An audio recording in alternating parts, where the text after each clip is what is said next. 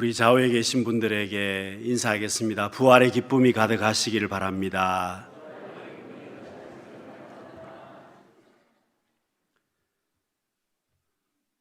여러분, 춘향전의 재미가 어디에 있습니까? 여러분, 춘향전의 재미는 극적인 반전이 있다는 겁니다. 주인공이 고난을 당하지만, 주인공이 어려움을 당하지만 그걸로 끝이 아니라 주인공이 죽음에 가까이 가더라도 그걸로 끝이 아니라 암행어사가 등장하면 극적인 반전이 이루어진다는 것을 알고 있습니다. 여러분, 십자가는 주님의 부활을 통해서 극적인 반전을 이루게 됩니다. 십자가는 주님의 부활을 통해서 온전히 하나님 앞에 극적인 반전을 이루게 되는데요. 여러분, 요한복음 3장 16절 말씀, 하나님께서 우리에게 주신 말씀입니다. 같이 읽어보겠습니다. 하나님이 세상을 이처럼 사랑하사 독생자를 주셨으니 이는 그를 믿는 자마다 멸망하지 않고 영생을 얻게 하려 하심이라. 여러분, 하나님의 사랑은 아무도 막을 수 없습니다. 그 하나님의 사랑이 십자가를 통하여 극적인 반전을 이루게 되고 예수님이 부활하심으로 우리에게 영생의 복을 허락하여 주셨습니다. 그래서 여러분, 현재 내가 하나님 앞에 은혜를 누리는 것은, 기쁨을 누리는 것은 바로 이 십자가의 극적인 반전을 통해서 예수님의 부활이 있기 때문입니다. 여러분, 사람들은 아무리 부모가 자녀를 사랑한다고 하더라도 자녀의 문제를 부모가 다 해결할 수는 없습니다. 부모는 죽기까지 그 자녀의 문제를 해결하기를 원합니다. 그렇지만 아무도, 어떤 부모도 자녀의 문제를 자기가 죽어도 다 해결할 수는 없다는 겁니다. 여러분, 주님께서 우리 인생의 문제를 해결해 주셨습니다. 사람이 가장 무서워하는 그 죽음의 문제를 우리 주님께서 해결해 주시고 우리에게 영생의 복을 허락해 주셨습니다. 그래서 여러분, 지금 우리가 하나님의 은혜를 누리고 있습니다. 그래서 지금 우리의 자녀들이 하나님의 은혜를 누리고 있습니다. 여러분, 세상에 질고나 고통이나 염려는 주님이 다 가지고 가시고 우리에게 영생의 복을 주셨다는 겁니다. 여러분, 예수 그리스도의 부활은 우리 신앙인으로서는 가장 중요한 핵심이고, 여러분, 기독교 교리에 있어서 예수님의 죽으심과 부활은 가장 중요한 것입니다. 예수 그리스도의 죽으심과 부활이 없으면 오늘 우리도 없습니다. 영생의 축복도 없는 것입니다. 여러분, 초대교회부터 예수님의 죽으심과 부활에 대해서 부인하는 사람들이 있었습니다. 어떤 사람들은 예수님이 십자가상에서 죽은 것이 아니라 잠시 기절했던 것이다, 그렇게 이야기를 합니다. 그러나 여러분, 성경은 주님의 죽으심을 말씀하고 있습니다. 너무나 확실한 것은 바로 군병들이 그 모든 일들을 진행했다는 겁니다. 여러분, 주님이 십자가에 달리셨을 때에 그때가 바로 유월절을 지키기 위해서 많은 사람들이 모였습니다. 여러분, 유월절을 지키려면 나무에 달려있는 사람을 반드시 내려서 장사를 지내야만 했습니다. 그런데 주님 좌우편의 강도가 십자가상에 달려 있었기 때문에 대제사장은 빌라도에게 요청을 합니다. 빨리 그 죄수들의 다리를 부러뜨려서 그 사람들을 죽게 만들어 달라는 겁니다. 그래서 여러분, 빌라도가 군병에게 지시를 하게 되고 군병들이 예수님과 두 명의 강도들을 다리를 꺾어서 강제로 빨리 죽게 만들려고 갔습니다. 여러분, 두 명의 강도는 아직 살아 있었습니다. 군병들이 다리를 부러뜨려서 숨을 쉬지 못하게 합니다. 여러분, 십자가상에 달려있는 사람들, 그 시간이 무려 일주일 이상 가는 사람들도 많았다고 합니다. 일주일 이상 십자가상에서 살아있는 겁니다. 그런데 내일이 유월절을 지키는 안식일이었기 때문에 그 율법을 지키기 위해서 군병들에게 빌라도에게 부탁을 해서 죄수들의 다리를 꺾어 달라고 하고 그로 인해서 죄수들이 빨리 죽도록 그렇게 해서 장사를 치르려고 하는 겁니다. 여러분, 2명의 강도는 그렇게 해서 다리를 부러뜨림으로 죽게 되었습니다. 예수님은 이미 운명하셨기 때문에 군병이 어떻게 합니까?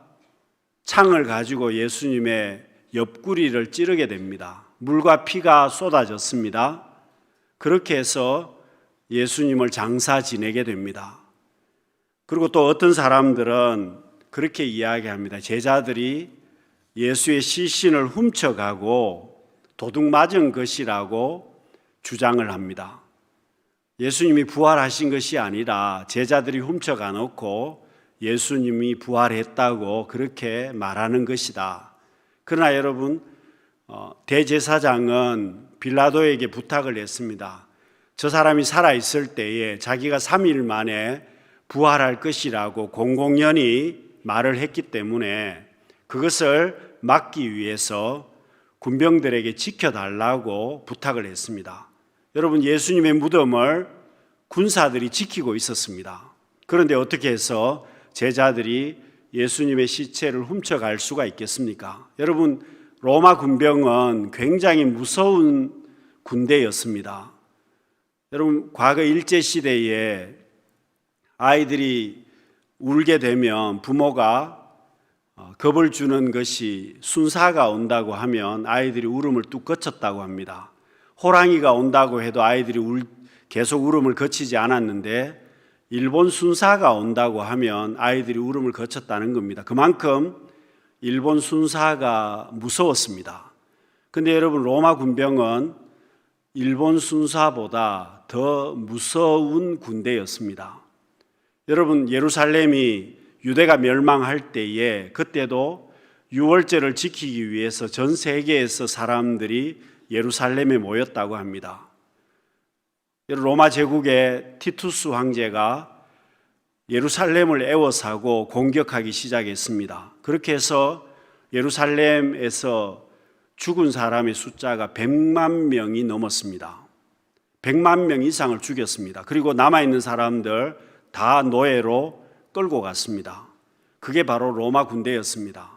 여러분, 로마 군대는 굉장히 반란을 엄격하게 진압을 했기 때문에 이 로마 군대가 지키고 있는 것을 누가 감히 건든다는 것은 상상할 수도 없었다는 겁니다. 여러분, 그것뿐만 아닙니다. 제자들이 시체를 감추었다고 말하는 사람들도 있습니다. 그러나 여러분, 제자들은 베드로를 예를 들면 베드로는 주님께서 십자가상에서 무력하게 죽으시는 것을 직접 보았습니다. 그런데 여러분, 그 베드로가 자기가 순교하기까지 복음을 전하는 사람이 되었습니다.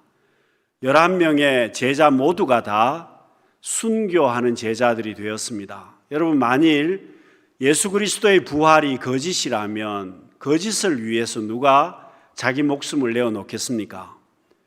여러분, 사도 바울도 마찬가지였습니다. 사도 바울은 다메섹 도상에서 부활하신 예수님을 만나게 됩니다.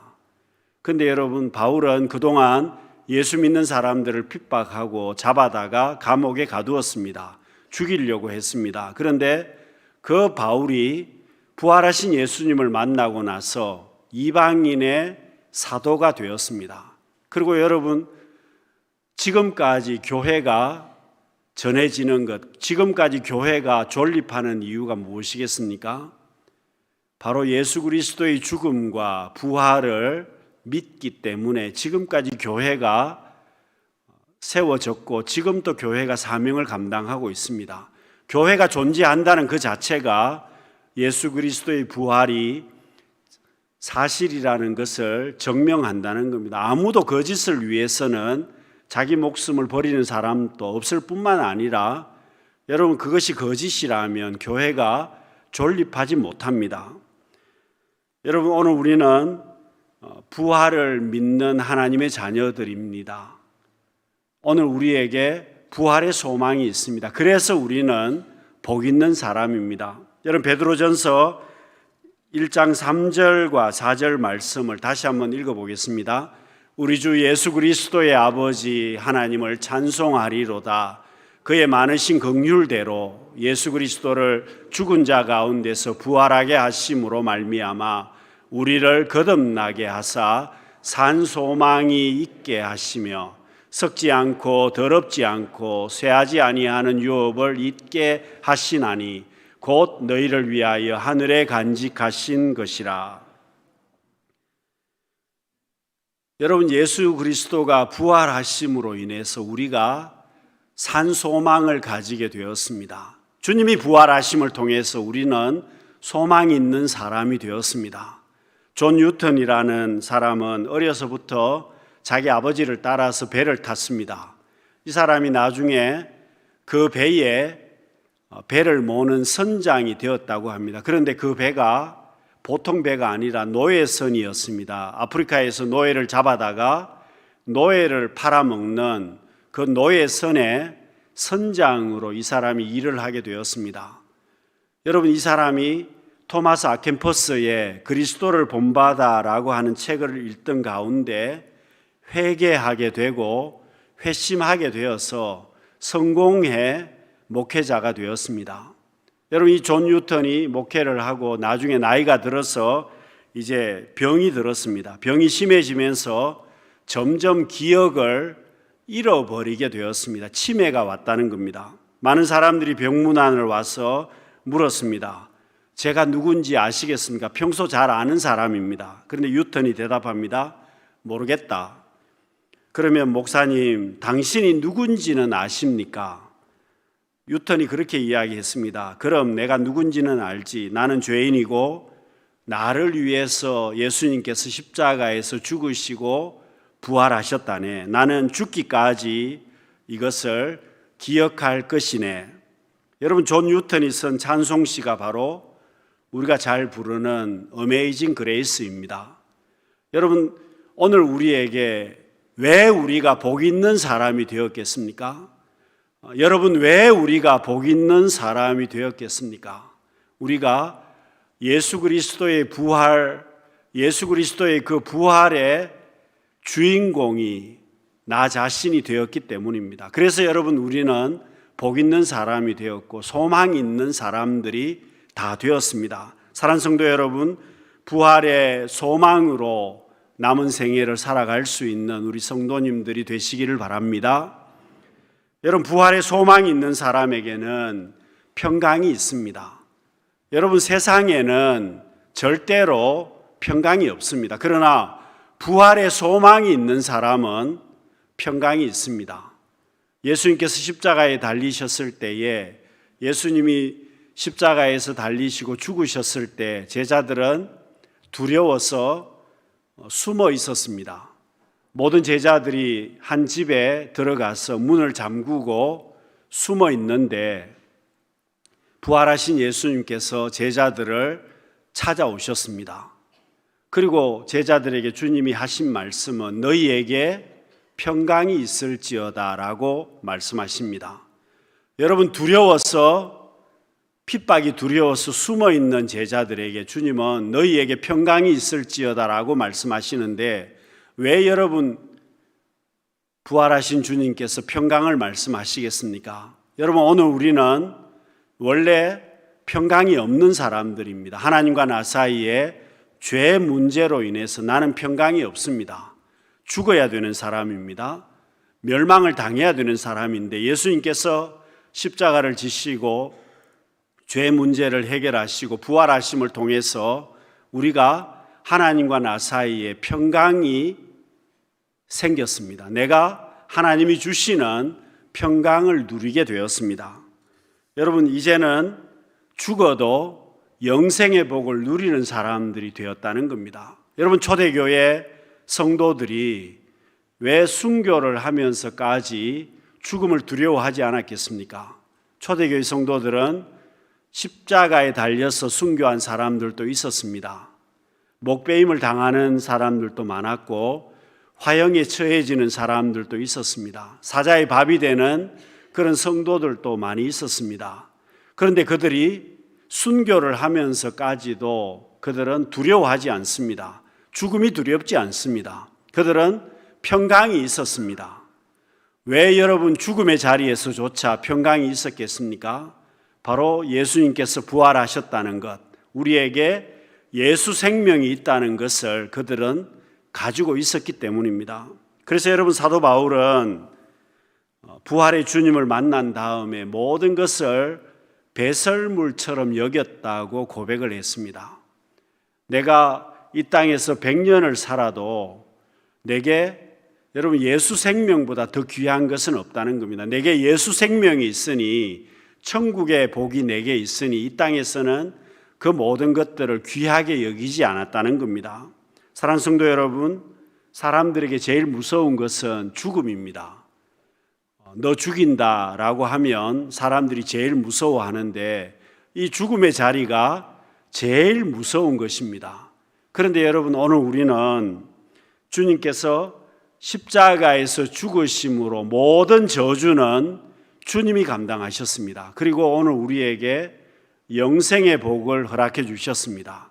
하나님께서 주시는 모든 축복은 우리가 누리게 되었다는 겁니다. 모든 저주는 주님이 감당하셨고 죽음의 자리까지 주님이 감당하셨고 오늘 우리에게는 영생의 복을 허락해 주셨습니다. 그래서 여러분, 우리가 하나님이 주시는 백향목 같은 축복을 누리게 되는 것이고 하나님이 내게 주시는 감람나무 같은 그런 축복을 오늘 우리가 누리게 되었습니다. 사랑하는 성도 여러분, 주님이 주시는 종려나무같이 번성하는 백향목처럼 거룩하게 쓰임받을 수 있는 그 복을 누리는 우리 성도님들이 되시기를 바랍니다.